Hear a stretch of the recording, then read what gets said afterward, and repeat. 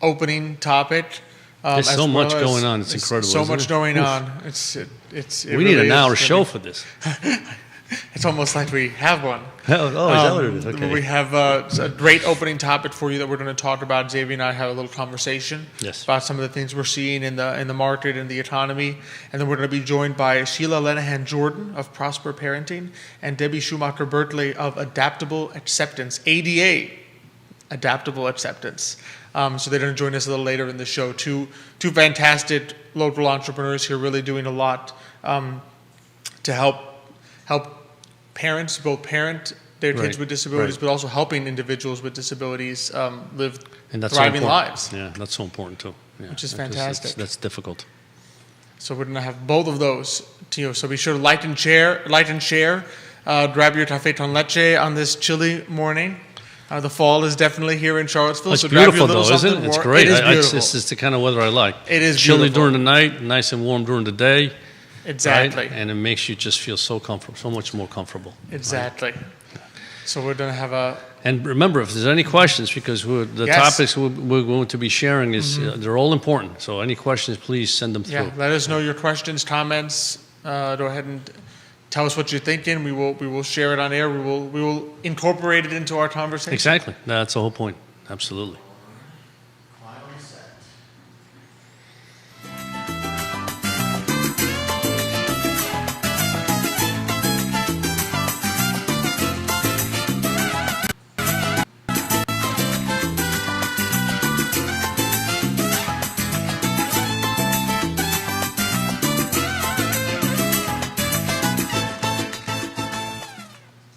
Good morning, everyone, and welcome to Today y Mañana. I'm Alex. This is Xavier. We're really excited to have you joining us on a chilly morning here in Charlottesville. So grab your café con leche, sit down, they're ready for today's show. We have a really inspirational show for you today. We're going to be joined later in the show by Sheila Lenahan Jordan, owner of Prosper Parenting, as well as Debbie Schumacher Bertley of Adaptable Acceptance. And that's going to be a fantastic little roundtable that we're going to have later on in the show. Xavier and I have a little topic we'll get to at the beginning, as usual. As always, we're presented by Emergent Financial Services. We are powered by Cristel Noel State Farm Agency, by Vitae Spirits, by GBS Financial Services, and by Seville Picnic. And we are always partnering with Forward Adelante, the premier Latino networking group here in Charlottesville, Virginia. And so, Xavier, I know there's so much going on in the markets, in the economy, that's really, I guess, hitting home now in terms of you go to the store. I mean, sometimes you're seeing empty shelves. Sometimes you're seeing the things that used to be not so expensive are now much more expensive than they were before. So what are some of the things you're seeing that you wanted to talk about today? People always, historically, people always say that the bond market dictates or sees things before everybody else, meaning the stock market, et cetera, right? So recently I've seen trends in the bond market that are beginning to, raise my eyebrows and say, what's going on, right? What is it telling us? And by that I mean, historically, for example, when the expectation is that the Fed is going to raise rates, they don't even have to do it. Most of the time, the bond market, all rates, meaning the 2-year, 3-year, 4-year, 10-year, 30-year bonds, they all start to go up in rates, right? So it kind of like it preempts the fact that they're going to do this, right? And then typically, if you think that inflation is an issue and the Fed's going to come in and raise rates, then what happens is the short-term rates go up because they're going to raise rates, but long-term rates begin to come down, right? Because they say if they're going to fight inflation, then long-term is not going to be an issue. Short-term, they're going to raise rates, so that's going to be an issue. But something's happened recently. So, and remember, the Fed already said that in starting November, they're going to reduce their taper. They're going to start tapering, meaning they're not going to buy as many bonds. We're buying $120 billion of bonds every single month. So they're going to buy less, right? They haven't done anything yet, but the bond market already reacted to that. So if you take a look at September, right, and even early October, every time the rates went up, they went up in tandem. And what I mean by that, in other words, if the 30-year went up by 10 basis points and the 2-year went up maybe by 1 or 2 basis points, it's never the same, right? But they go up at the same time, or they went down at the same time. Maybe not 100% of the time, but maybe like 90, 95% of the time. Since October 8th, it's been a complete reversal, right?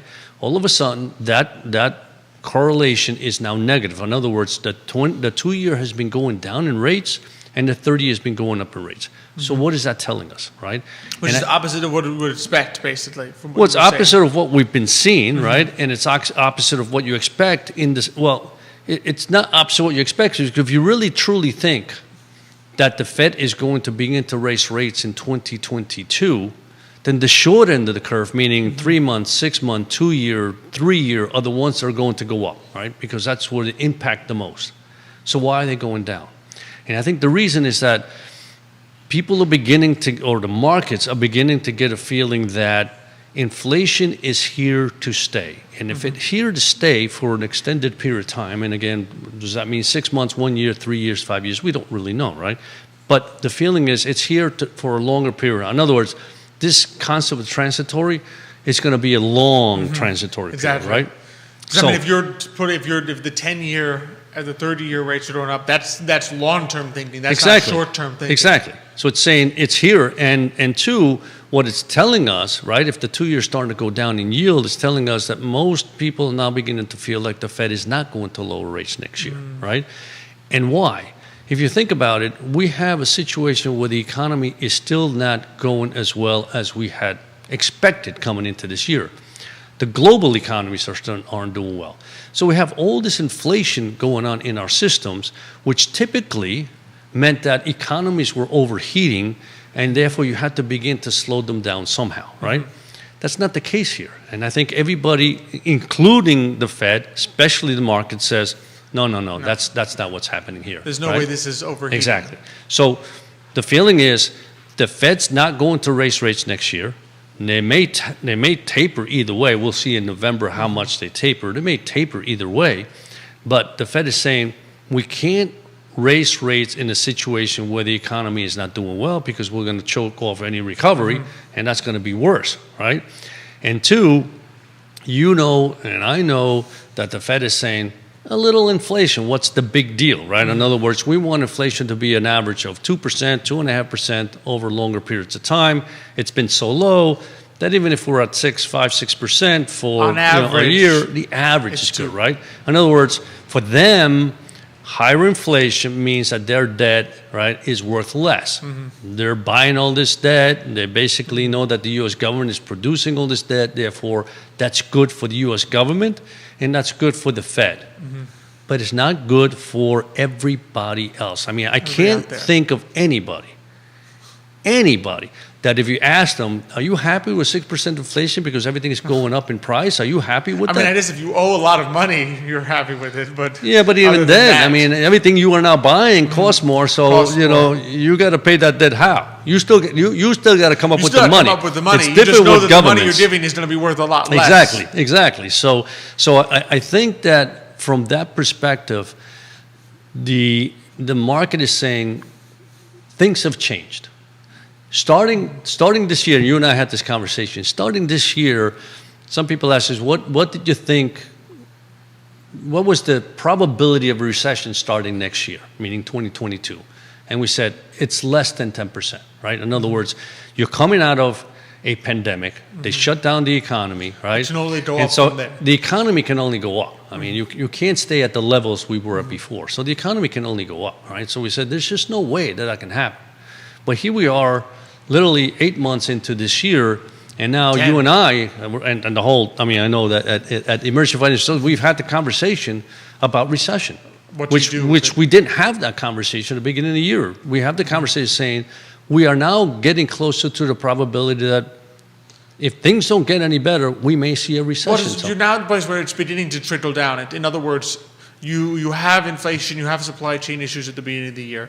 If they're temporary, people don't really change their behavior. You're unhappy about it, right? You go to the store, the milk is more expensive, the bread's more expensive, I go to Lowe's, the wood's more expensive. You're not happy about it, but you're not necessarily changing your behavior if you think it's temporary. That's right. Right? The longer it goes on, now you start to begin, this is what I talked about with Jerry on the show the other day, now you begin to change your behavior, because now you sit there and say, well, if those Christmas sniffs are going to be more expensive in 2 months, I'm going to buy them now. That's right.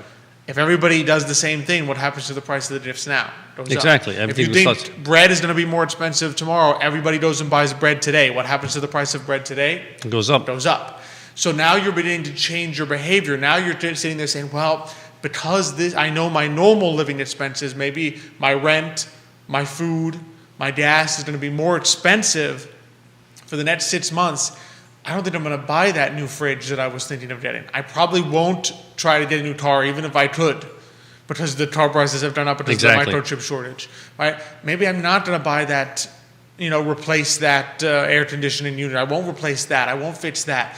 Because you're sitting there saying, all my day-to-day expenses are now higher, and I don't see it changing. And the fact that the bond market is behaving as it does means a lot of people are saying, I don't see this changing. In other words, we can hear it's temporary all day long, but if you stop believing that it's temporary, you now change your behavior. I think we're now seeing, in the past couple months, we have seen consumer confidence decline.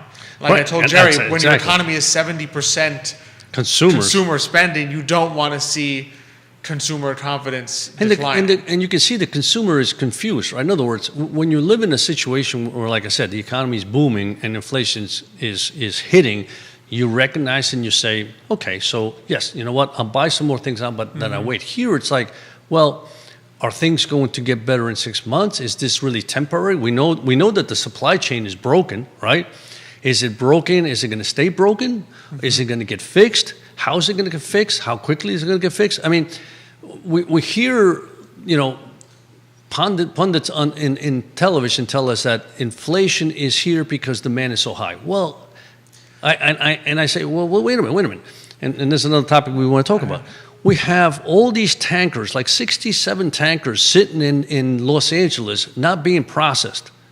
If demand was so high, I'd be pushing those tankers through as quickly as possible to get all that inventory in, all those capital goods in, but they're not.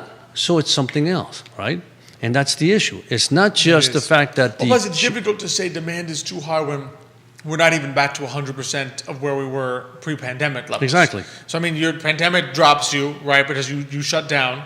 So you drop, what we have, minus 30% quarters, minus another, I think we had a minus 30 and a minus 40 last year. Right. We haven't had recovery this year such that we're back to 100%. We're still sitting at 90-something% of where we were before. Right. And I don't recall No. shipping containers and 6% inflation in January, February of 2020. No. So we're not, so it can't be an overheating issue. It means if the demand is not back to where it was, but we're having this type of issue, what that means is you've got a supply issue. You have, not that you have too many people seeking goods. You have less people seeking goods than we had in February of 2020, but it means you have less goods. Exactly. And you see that in shortages of cars. When you see shortages of this nature, that means the supply is unable to ramp up and keep. Because let's you put it this way, right? Car companies are not going to are not happy about sitting there saying, "Oh, there's so much demand for my cars. I don't feel like making any more cars today." They're sitting there saying, "I cannot make the cars. You can't finish the product. I cannot finish the product because I cannot get the semiconductor chip." Because I'm getting them from Taiwan Semiconductor, and there's not enough coming out of there. Yeah. Or they're sitting in the. Or they're on the tankers. ship. They're on the tanker, exactly. And I can't get a hold of them because they haven't yet been transferred onto the trucks that will bring them to my facility where I make the cars. And so that's where you see these issues begin to pile up. Because the issue is, is not that. Because if it was purely a demand issue, typically what happens is, yes, price will go up temporarily. But then suppliers come in. Sure. People are smart. Someone goes in and says, bread's really expensive. I want in on this bread game. Exactly. I'll make some bread and start selling it. And then the price comes back down because now there's more bread.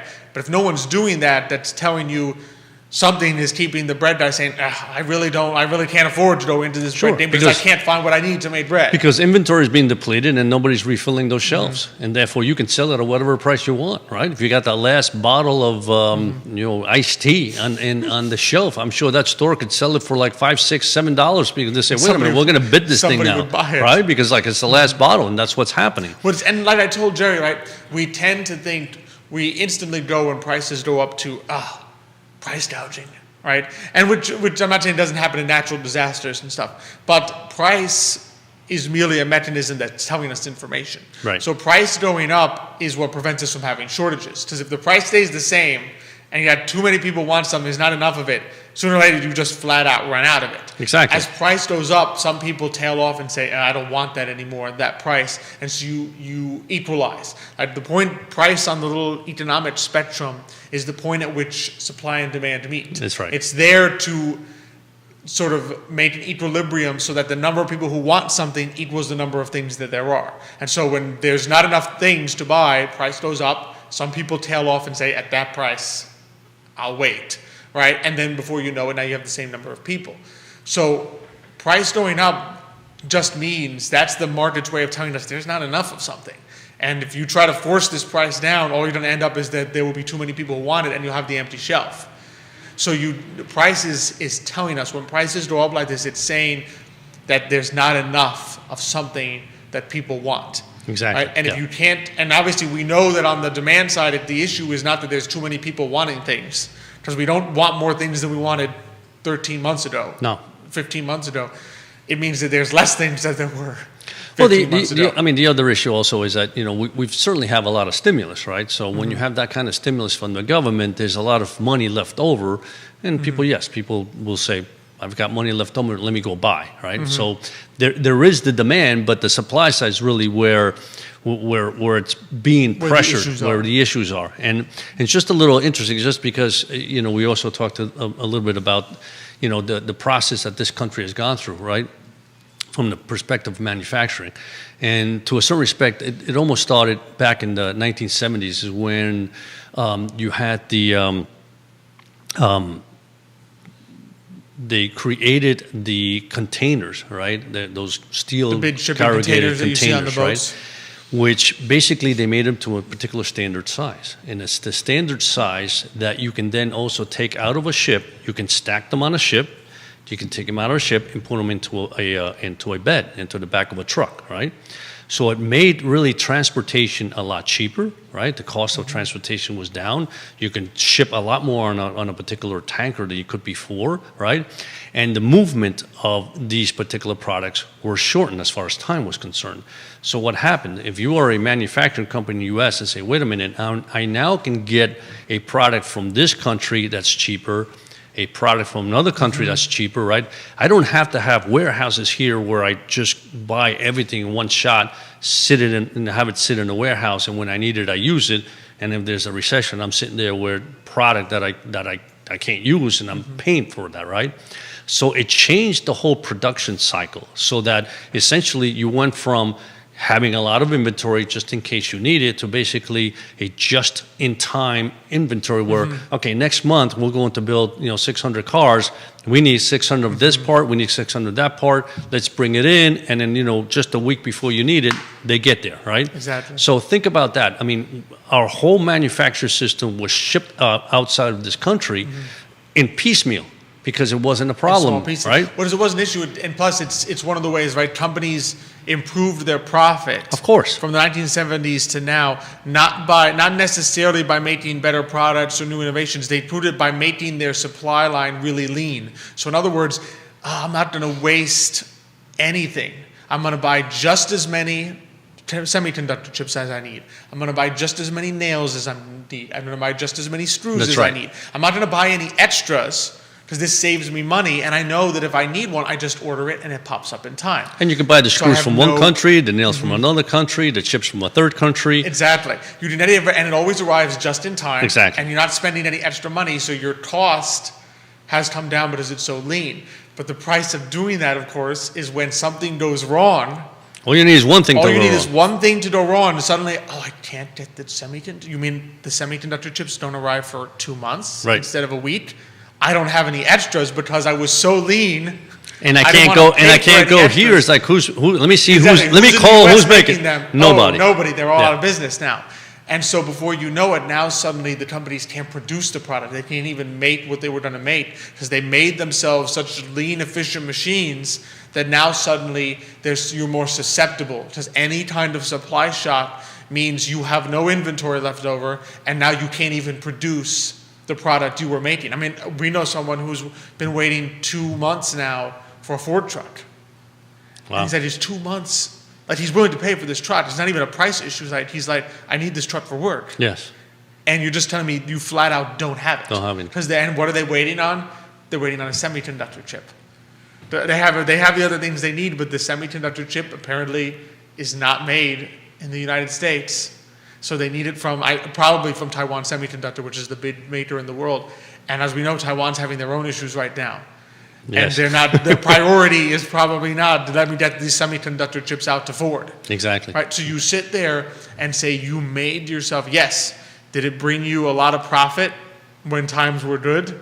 Because suddenly you weren't paying for a single nail that you didn't need? Yes. But now, the price of doing that, the price of the super lean global supply chain is that if something happens to any piece of that, and you can extrapolate this even beyond pandemics. I mean, you could have a natural disaster. Of course. In Japan or in Taiwan. You could have something that happens, a war in the Middle East or something, or in Africa. And suddenly all these places where you were getting these natural resources from and getting them at the last minute because you could, and you could pay really cheap for them, suddenly now you don't have them and you can't even make the product.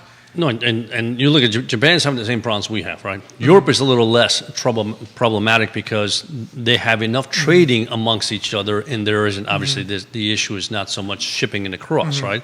So they haven't seen there's no ocean between Europe and a lot of the places where... So, and they haven't seen the kind of inflation we've seen here, right?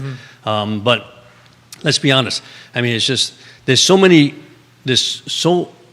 little things going on right now that are impacting the inflationary outlook that I think the markets, the consumer, and everybody's saying, I don't think this is a problem that's going to be solved overnight. I think this is a problem, for whatever reason, right, is going to stay with us, right? For a while. Because there aren't enough people out there, smart people, that try to figure out what's going on and why. And some of the problems are not problems that can be solved overnight either way. I mean, we saw that with the medicines last year, right? In other words, we turned around, it's like, well, we get all our medicine, 90% of our medicine from China. That's not necessarily good, because if they say, well, we can't ship it to you because we need it, where do we make our medicines? So we have to take a step back. Open up new factories in 2 minutes. Oh, China can't send us this. Let's open a factory and make it here in 2 weeks. It doesn't work that way. So we need to take a step back as a country and say, we need to be able to produce especially important products for the livelihood for our citizens. We have to make sure that we can do that, right? Exactly. Well, like I said the other day on Jerry's show, I mean, there are certain countries that are always going to be better at making certain things. Of course. Italy and olive oil, right? You're always going to want to buy your olive oil from Italy. But that's not an emergency. But it's not an emergency. There are certain things, medicines, semiconductors, chips, things that run almost everything. Like Jerry said, you think you can go through life without a semiconductor chip. Not anymore. It's not anymore. Yeah. Your phone, even if you cut out your phone, your computer, everything, your air conditioning unit in your house, everything, the moment you get in that car and put the key in, unless you're driving a 30-year-old truck, the moment you put that key in, there's a computer inside that car. That's why I love 60s cars. You walk in there, there's nothing in there other than everything's mechanical. You love it. Now you open the hood on your car and it's like, why is there a motherboard in my car? Exactly. The person says, well, the motherboard's not working, so nothing works in this car. And I'm like, how can that be? Nothing works in this car? I thought you just turned the key and it Absolutely. And it one little thing goes wrong and you can't do anything. And you can't do anything. It just shuts the whole car down. It shuts the whole thing down. At least in the old days, you could do something. You could put scotch tape, or duct tape somewhere and it'll work. Exactly. Now it's like... You can't put a piece of gum on the motherboard. No. And look, now it's working. Exactly. The computer's working. I put some gum. So it's just so much that goes into it. Absolutely. Yeah. And that you have to be aware of. And unfortunately, what it's doing is, like I said, you hear the word transitory so many times, it ceases to be transitory. It's like, transitory after a month. And then, you're like 10 months in, it's like transitory. I'm like, transitory doesn't mean what it used to mean. No, it used exactly. to mean like short term, an hour. If you, and of course I listen to the Federal Times, it's part of my job, right? But the first time they said transitory, then the second time they said, well, we have to define transitory. The third time they said transitory, but they never even defined the second time, right? So it's like, well, what was the definition? Now they're saying transitory, but we have to think about the averages. Hello, now we understand, right? What's this basic math, right? If you want to say that, if you're sitting there saying, I want inflation to be 2% over a period of time, and right now it's 6. Well, if your period of time is 1 year, you're like, we're way higher than 2. If your period of time is 2 years and the other year was 0, now you're at 3. average. Oh, that's not so bad. If you define that your period of time is 10 years and rates were zero for 8 out of the 10 years, and then it's well under 2. Absolutely. We're fine. This is great. It all depends on your math. It's like the constant, there's the old, I don't think I've told it on the show, the economics joke, where the president, you can name it to be any president, has in his room like a scientist, an accountant, and an economist. And he asked them what GDP is, like what the growth of the country is, the economy. And the scientist says, well, it's this and that, poof, this is your answer. You add it all up, here's your answer. And then the accountant is like, well, you should change this around a little bit, and it might be a little less than this number, and if you count it like this, you might do a little higher, right? And then the economist goes, he looks around, he makes sure no one's listening, he closes all the shades, and he leans into the president and he goes, what do you want it to be?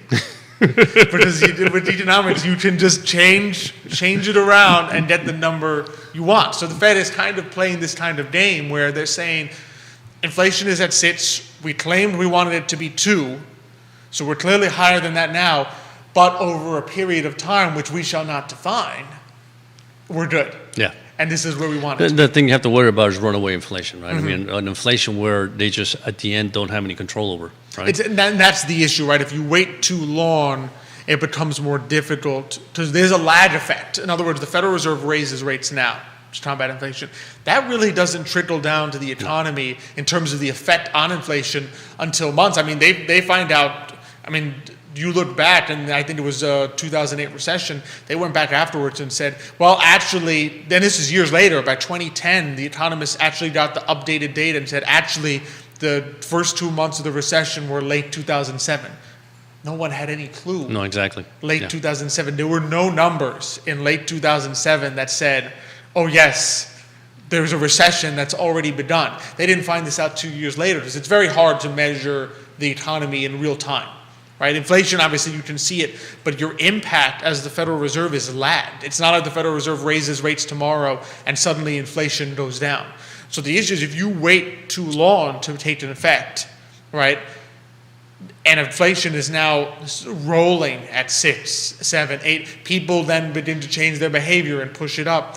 Now you reach the point where even if you raise rates, you still have to go through another 6 to 12 months of high inflation rates. And the second thing, which we have to remember also, is the reason you raise rates is because there's just too much money chasing too few goods, mm-hmm. right?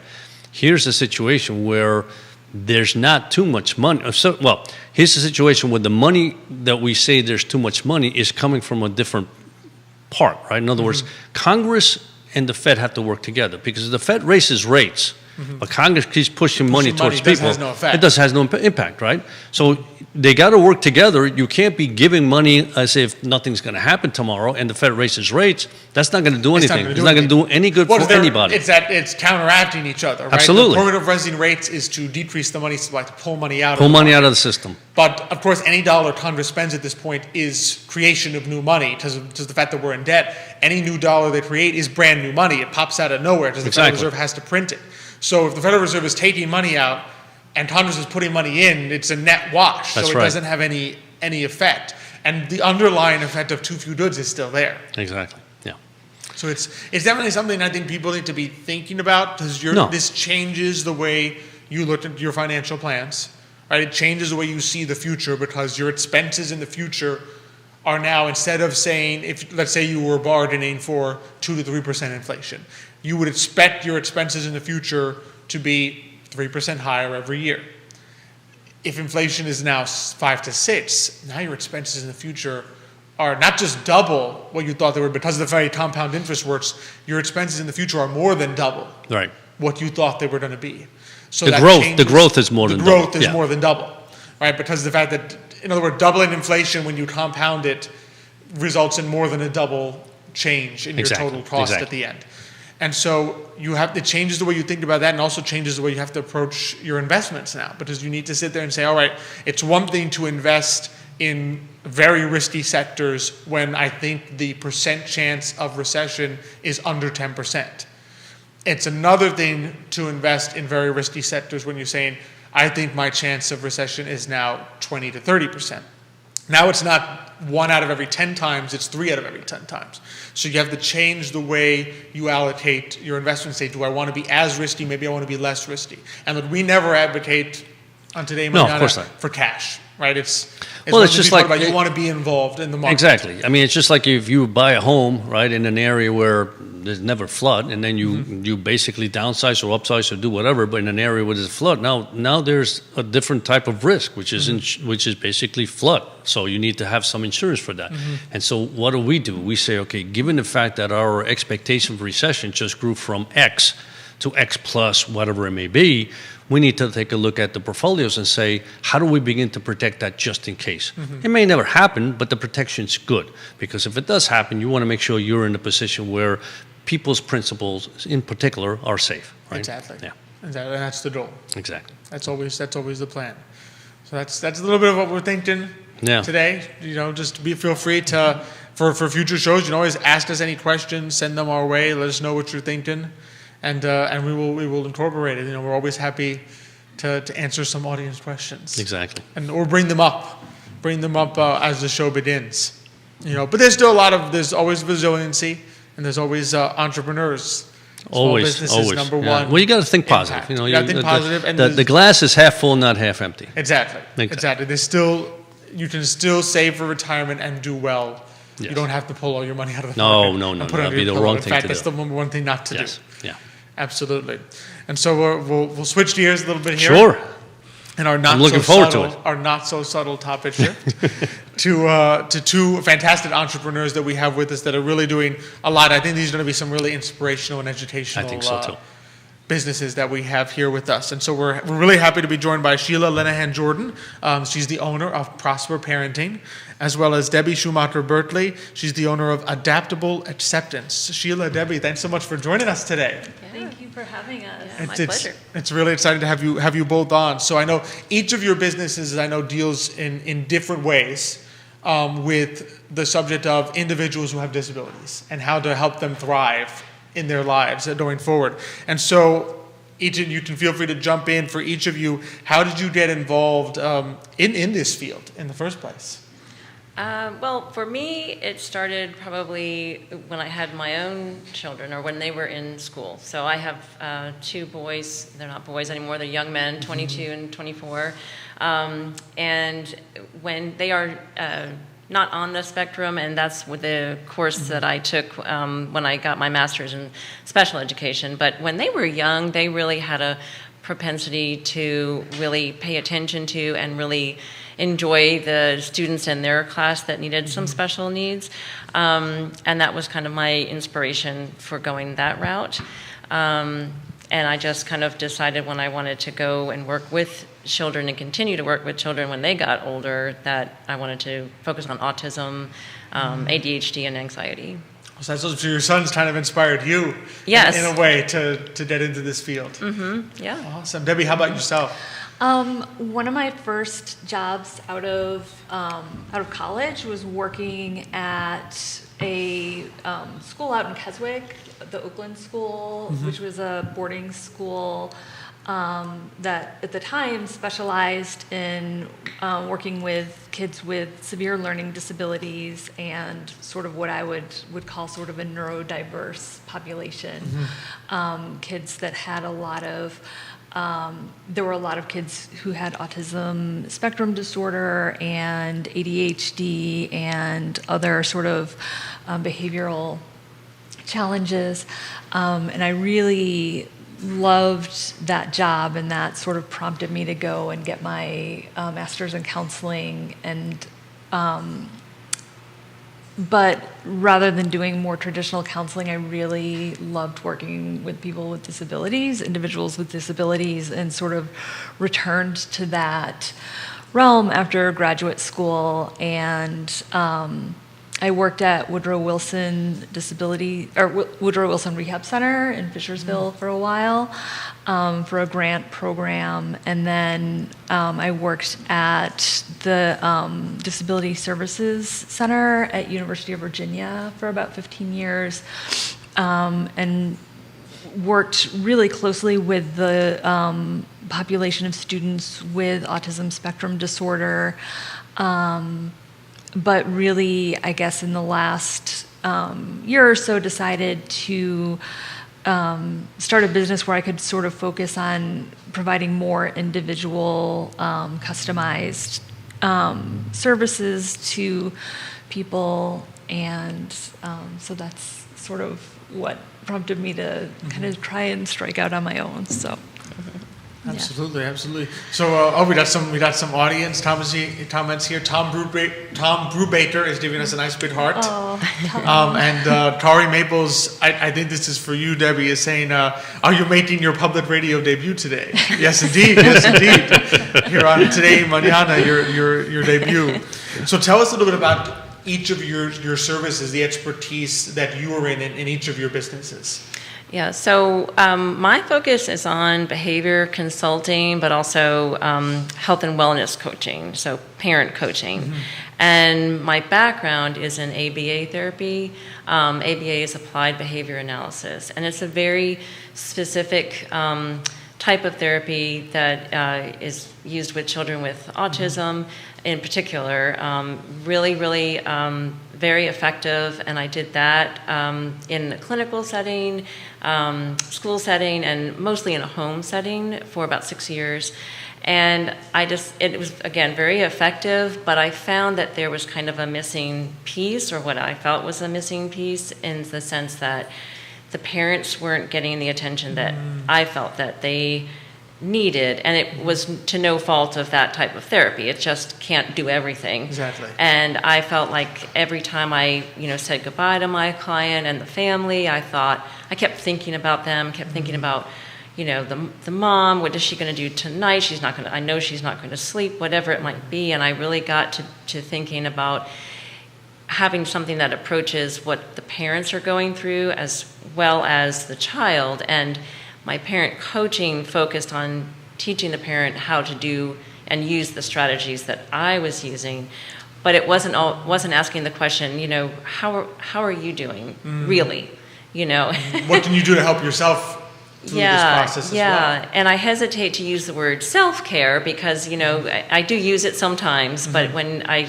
use that word with a parent, I'll get I'll get an eye roll, which I totally understand, that does make my eyes roll, like, oh, really? When could I find time for that? That's ridiculous. But so my services are focused on the parent and how their expectations of the child kind of comes from their childhood sometimes, the way they were parented, their own expectations of themselves, of the way they think they should be as a parent, and kind of just looks at that from their angle to try to help, develop those strategies that will help the child in any situation.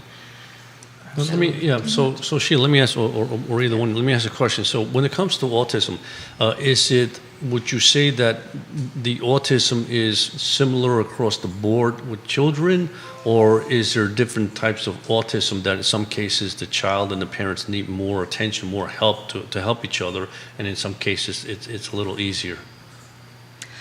I think autism is really sort of, if you conceptualize it as a spectrum, I think if you meet somebody with autism, you've met one person with autism, so to speak. And so some people, some individuals with autism have much more severe forms of autism, okay, and may need long care and have much more challenges. Some people may have higher functioning autism and be able to achieve independence later on in life, but even people with higher functioning autism still have challenges. Sure. And so those parents who are raising them still may encounter a lot of challenges throughout that that person's childhood, and I think that's where a lot of the challenge comes in, is where the parents are sort of struggling with how do I bring the best, am I doing the right thing, am exactly. I supporting this child in the right way, am I making the best decisions, and I think every parent, whether they have, with all of their kids, struggle with those questions. But when a child has, maybe some additional special needs, they struggle with those questions even more. Yeah. Would you agree? Yeah, Sheila? I would definitely agree with that. And I think that there's so many things that go on with the parents' expectation of themselves and of their child. You have to really think of it so differently than a neurotypical child. That's whether it's in your household or others that And there's the other part of it too that I've seen with parents where when their child gets that diagnosis of autism. There's kind of a little bit of a grief aspect to that. That's I don't find is talked about very much in the sense that a parent, we all have, hopes and dreams for our kids. Of course. They may be nothing like what the child has for themselves, but you have kind of this picture in your mind of what you hope for, and that changes completely. And it's hard to show a parent, and you want to give them that hope that there is, there's so much that can be done, but that they have to kind of not dial down their expectations, but just really kind of think of it in a different way, kind of at a different angle. To change them. I think sometimes we have a tendency as human beings that when our expectations change, we assume that this is in fact a bad thing. Yeah. That's something that the new expectations are worse than the old ones. When in reality they're just different than the old ones. And sometimes you come around to that even in your own life, that you say, I thought this was going to happen and it didn't. This is bad. And then 5 years later you look back and say, actually that was not a bad thing that happened. Yeah. My new expectations and the new changes that have happened are in fact better than what I had thought was going to happen years ago. And sometimes I think it is that initial grief of saying that which I planned for will not happen. And as human beings, that impacts us negatively at first. And we have to sort of realize that that's not necessarily a negative thing, that our plans have changed. Right. And you can't fast forward to the hindsight. You wish you could. Exactly. But in my coaching and in the strategies I give to parents, there is a little bit of that in the sense that we try to I can be the third party kind of looking in at the family situation, talk with them about, how even their family system, how they'd like it to work, how it's really working now, may not be very good, but I focus on the positives of that because it's so easy, to just focus on what's not working and what they think they did not do right. And there doesn't have to be a right or wrong, but they can kind of reframe the way that their family's going to operate for a while. And then next thing you know, the child changes everything anyway. Exactly. You just move into the next phase. Yeah. Exactly. No, I know, Debbie, you work with both children, also with physical disabilities as well. Isn't that correct? Correct. The population that I work with is a little bit broader, to include physical disabilities, chronic illnesses, traumatic brain injuries.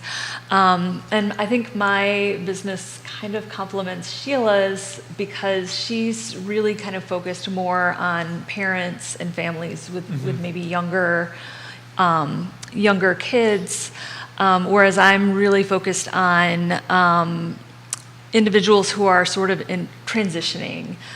So adolescents and young adults who are sort of at that crossroads of, getting ready to finish high school and move on to the next step in their lives, whether that's college, or whether they're thinking about moving into the workforce. They may have a vocational goal.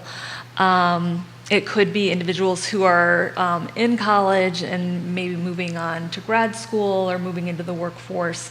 But there's a lot of questions and a lot of considerations that go along with those transitions. A lot of students or a lot of individuals who sort of may need accommodations or who may need additional support in terms of navigating where am I going to live, and how do I work with landlords on making sure that my apartment's accessible, or how do I work with employers in terms of negotiating accommodations. I think a lot of people are really afraid to have that conversation because they think that they're going to have to ask for things that are really big and really expensive, and that's not always the case. And so there are ways to have those conversations with employers that can kind of honor their own needs and their own rights without scaring employers away. There are ways to sort of ask for needs, as you're making the transition to college without feeling like you're asking. I think people feel like they're asking for too much sometimes, and that's not necessarily the case. It's kind of finding the language to express what your accommodation needs may be and what they may look like without feeling like you're asking for too much. And I think a lot of people feel like they're asking for too much when they're really just expressing their ADA rights, really. Right. And then the other piece of it is just providing coaching for individuals who may have neurodiverse conditions as they make those transitions that step into adulthood. So That's interesting because, in reality, to a certain respect, think about when you leave college and go into the workforce, right? Everybody needs somebody behind you to say, no, you're good enough. No, don't worry about this. That's not important. What's important is the fact that you bring this to the table. So with somebody with already some difficulties, right, to be able to coach them and say, you bring something to the table here that they're looking for. So what you're asking for is not too much because what you have is what they want. And so if they have to say, oh yeah, that's not a problem, if you need this or you need that other service, that's not a problem because what you're bringing to the table is important to them. Well, and I your think success will then fuel their success. that's as right, well. exactly. And so sometimes they just have to be mentored and coached into that sense that, hey, yes, I'm important and I know what I'm doing will benefit this company, and so whatever little I'm asking for is not too much, and I'm sure it's difficult. yeah, absolutely. I think that there's a lot of myth kind of surrounding if I disclose or if I ask for an accommodation that that door's going to slam shut, Right. or that just saying the word accommodation, it's going to sort of end the conversation before it even begins, and helping individuals to sort of understand what their accommodation needs are and how to express them and how to word them to employers in a way that, oh, well, yeah, now that we're talking about this actually doesn't sound that crazy, Right. Yeah. It gets people feeling more comfortable. Exactly. Yeah. Would you say that the fact that more people are working from home is that benefit to most of these people now? I think more in my population with the younger children. It could go either way, but Right. when a lot of families initially, at least in the pandemic, lost their services that whether their child was getting somebody who came in home, who wasn't able to come in home Exactly. anymore, or the child, he or she was in school, they weren't going, trying to work remotely and things like that while your child is in the home. That was a struggle. So I think, luckily we're seeing a little bit of improvement with that. Sure. But yeah, you probably find the same thing. Yeah, I think it depends on the individual, and I think it depends on the disability. I think for people who have, for example, chronic medical conditions, the option to work from home has been kind of a godsend. But there are people, say, with ADHD or other neurodiverse conditions where being in the office is a much better Right. fit for them. More of an outlet. There's more, exactly, yeah. And there's more people around them, and there's more activity, and yeah. Right. And just being on Zoom just hasn't been ideal. Exactly. So, it absolutely depends on the individual. Yeah. So, It does. It sounds like a lot of what both of you do is almost really, it's almost completely customized with each new person, Yeah. because each person is completely unique in what their needs are going to be and what their advantages, what they're going to be good at. And you almost have to, there's no one size fits all Exactly. approach. I mean, there's the experiences, the degrees, and the knowledge you both have that filters through, but it's not like you can replicate, yes, I can do the exact same thing with every single one of these people. exactly. Right. There's not a one size fits all Exactly. set of, accommodations or,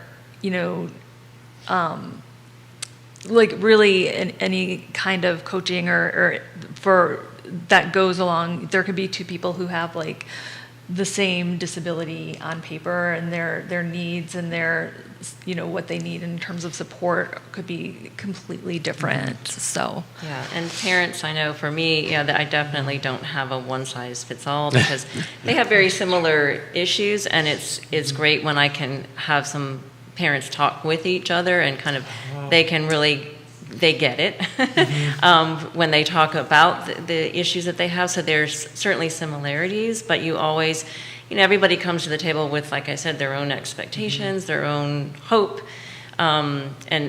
Unfortunately, some of them just, if they're making a kind of a comparison about one child to the other, even within their home, am I doing the right thing for this one or that one? It really is very tailored to the child, and then that's ever changing because their developmental needs, of course, change pretty quickly as well. As they get, Yeah. as their age changes, they get older, they need different things. Right. Yeah. Right. Just Yes. so much that goes into it. I'm curious from the entrepreneur perspective, like how did you come, each of you, to say, all right, this is ready to take this to be something that I do as a living, as a business, and how have you sort of navigated being a small business owner while also providing these services? Well, I think, part of me thinks at this particular time in our history, like, is it a good time to start a business or a terrible time? I guess that remains to be seen. But Probably also depends on the person. yes. But I just felt like having seen those needs with the parents and, seeing how quickly things can shift. We all went from one day to the next of everything that was chugging along the way we had it, was gone. So there's that unpredictability. The parents that I work with, parents of children with special needs, they live in that, uncertainty all the time. Right. So I think that just kind of, working with that, having that work for me as a business owner in terms of saying, hey, I get it. Like, I can help you navigate your child and your family system as it's changing daily a lot of times. Sometimes hourly. Yep. So I think it's to an advantage, to kind of just have that flexibility for me. And as I said, to be able to, work with a parent on some of those issues that I wasn't able to when I was working for somebody else. Again, not because that was not a good service, it was just that piece of it I really want to focus on the parent. It's how you have the flexibility of being an entrepreneur and being able to be nimble to shift and serve exactly the way that you need and that you want to. Exactly. Yeah. What about you, Debbie? I think that what I was kind of realizing and noticing is that a lot of, I was only accessible when I was working in disability services. I was only accessible to individuals who had gained acceptance to the university that I was working at. And as I was looking at other businesses, that offered this type of service or some semblance of this type of service, it was a very boutique, like, hey, we have these $10,000 packages or these $5,000 packages. And so it was really only accessible to a very small portion of the population. And so which was also true of, working in a disability services office. And so I really wanted to offer something to a broader portion of the population that didn't necessarily have access to these services, in a much more affordable way.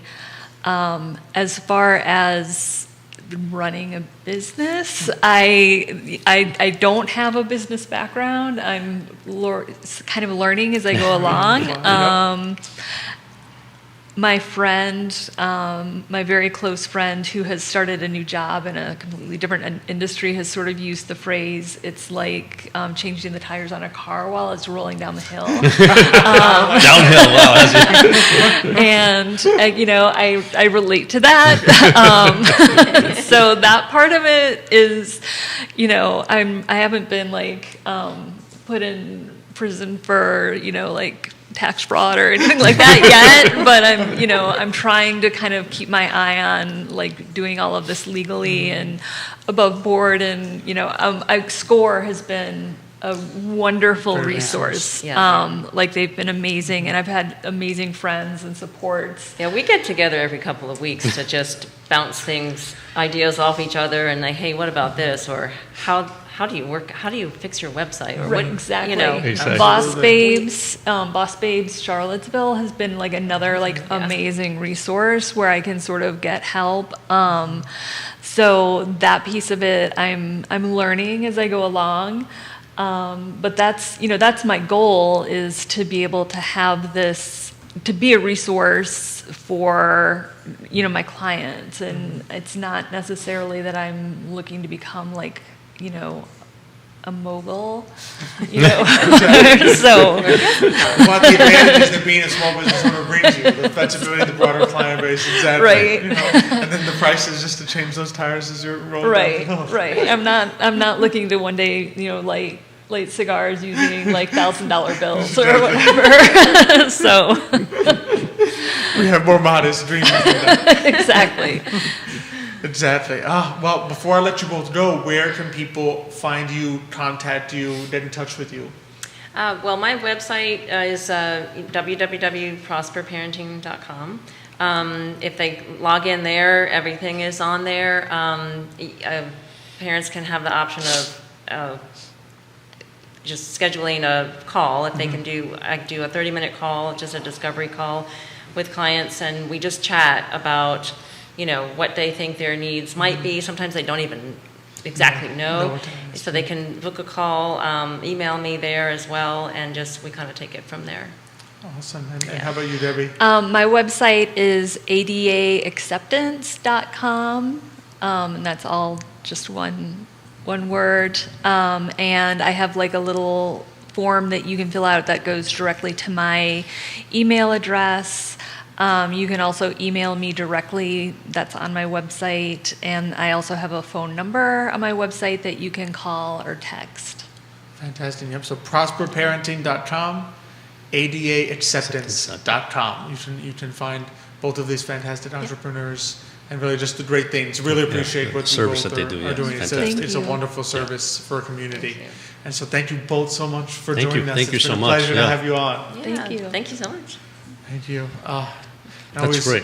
It's we sit here every single week and we meet new people with certain dreams and certain passions, and they provide certain services. And and I always say it's being your own boss and your own entrepreneur and having your own business is great, because you can do what you really love to do, but the chassis, meaning everything else that goes in business, you also have to do, and you go, oh my Lord, how do I do this and how do I do that? So it's a challenge, because just when you finish doing your work, now you got to go home and say, I got to do this other work because I got this business to run. So I take my hats off to all entrepreneurs, right? Because I know how hard they work. They're doing two jobs essentially. Exactly. Doing the thing that you actually do, that your business is about, that and which you all the love things to behind do. the Yes, scenes to make it work. Exactly.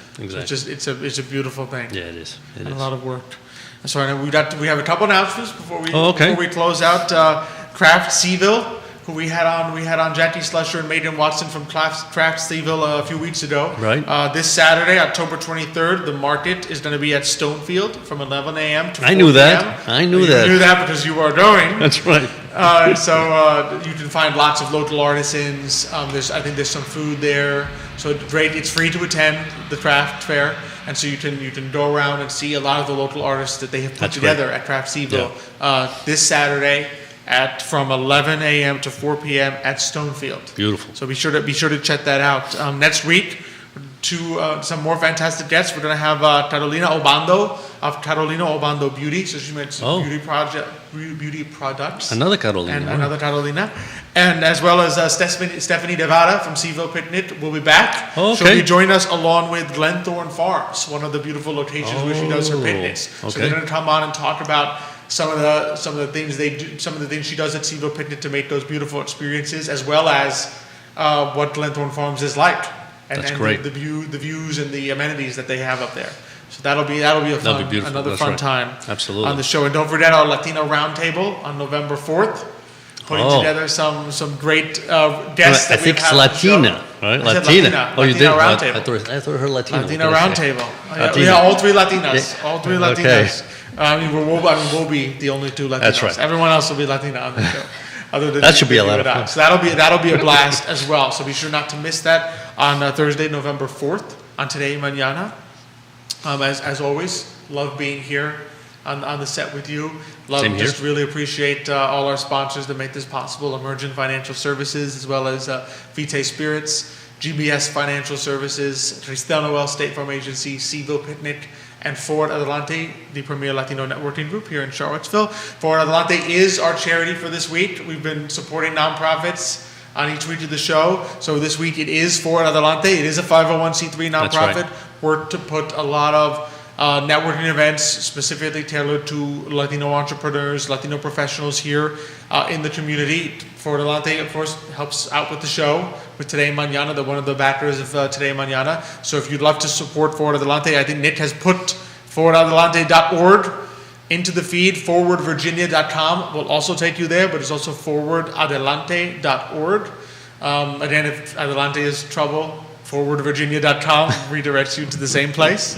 And so be sure to check it out. You can donate to Forward Adelante there. It's a great 501c3 nonprofit that's here, It certainly here is. in Charlottesville. We There's help a lot of people. That's great right. work. And as we come out of the pandemic, you can expect to see a lot more of those beautiful in-person Forward Adelante events with our cultural spotlights and highlighting Latinos Latino and Latina guitarists, musicians, doing the spotlight, the food, the hugging, the networking, the getting in touch. Those will be coming out as we go into the new year. Looking forward to that. Looking forward to that. Especially the hugging. Very much. Right? Especially the hugging. Latinos love to hug. Latino networking we kind of missed. We've been hugging air lately. Exactly. So be sure to, if you can, to support the great work at Forward Adelante. They're our charity, our nonprofit for this week. And just thank you, the audience, as always, for coming out to join us. Really appreciate it. Be sure to send us any questions, like and share today's show, especially with people you think that should use these services, whether parents or individuals who are That's right. ready to take that next phase of their life as individuals having a thriving life with disabilities. And so just be sure to check it out, share, like, and tell everyone you know about today's show. And be sure to join us next week. But until that time, really appreciate you watching us, and we will see you hasta mañana.